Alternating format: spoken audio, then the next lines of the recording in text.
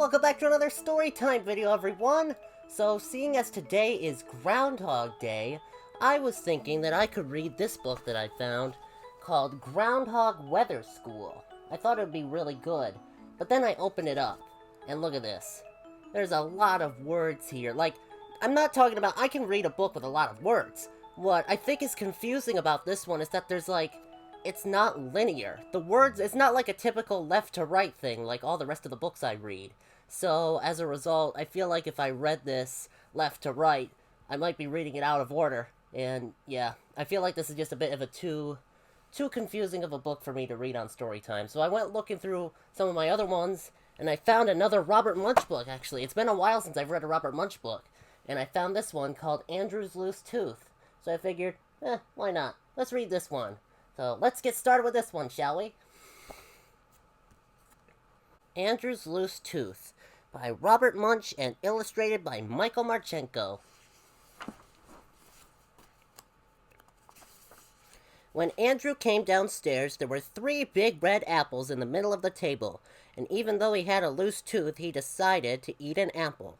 So he reached out, picked up an apple, shined it on his shirt, took a bite, and yelled, "Yow! Mommy, Mommy, do something about this tooth! It hurts so much I can't even eat my apple!" Andrew's mother opened up his mouth and looked inside. "Ooh, ooh, ooh," she said.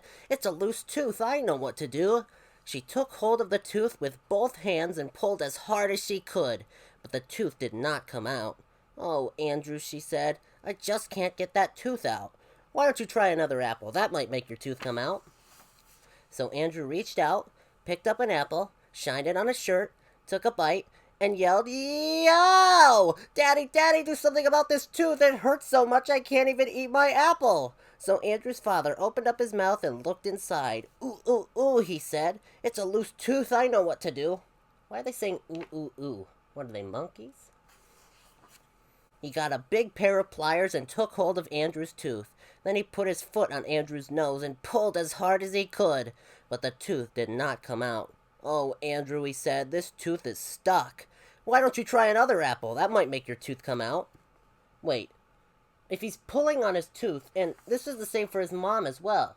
They're pulling on the tooth, but it doesn't hurt, but then he bites an apple, and it really hurts. How does that work?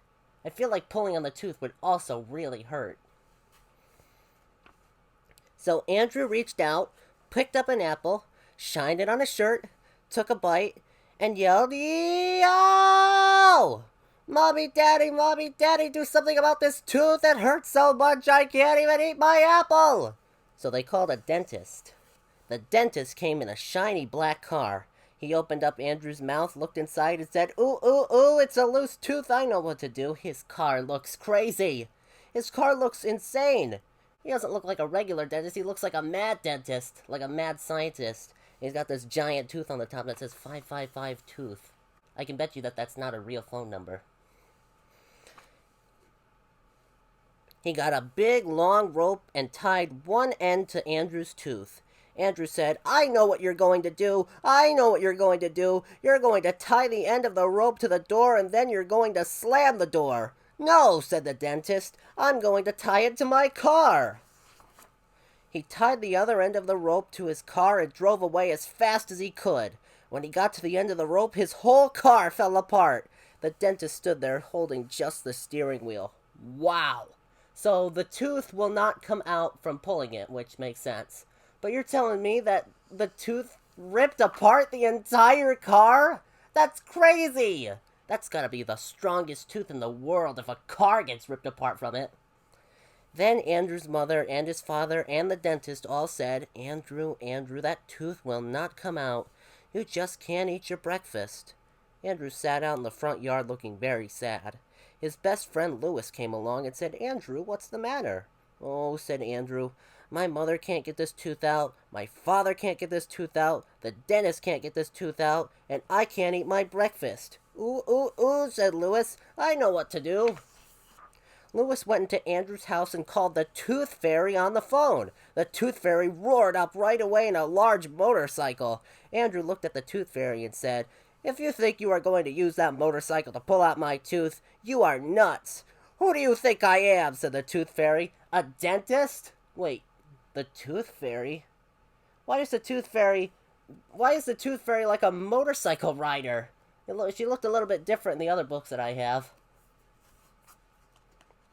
She pulled Andrew's tooth with one hand and the tooth did not come out.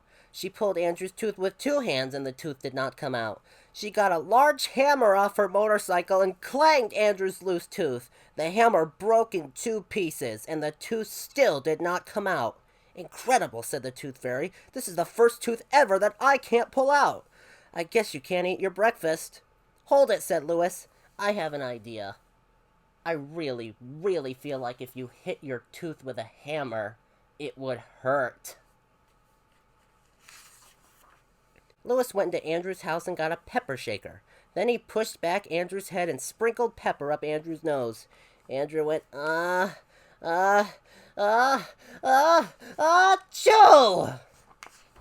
And sneezed that tooth all the way across town. Oh, right through a bagel, right through a bush, right over a dog's head, right through a newspaper. But the Tooth Fairy still got her tooth. Oh, she's driving right over all the cars to get it. Oh, that's the end.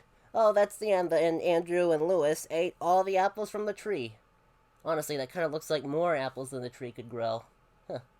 Well, that was that. That was a pretty interesting Robert Munsch book. Very different from the other ones that I've read. It feels a lot more crazy and unrealistic. I still cannot believe that hitting your tooth with a sledgehammer or having to pull a car open and all that stuff. I can't believe that wouldn't hurt, but taking a bite into an apple would hurt. That's, I can't really suspend my disbelief for that, but it's still kind of a funny book, yeah.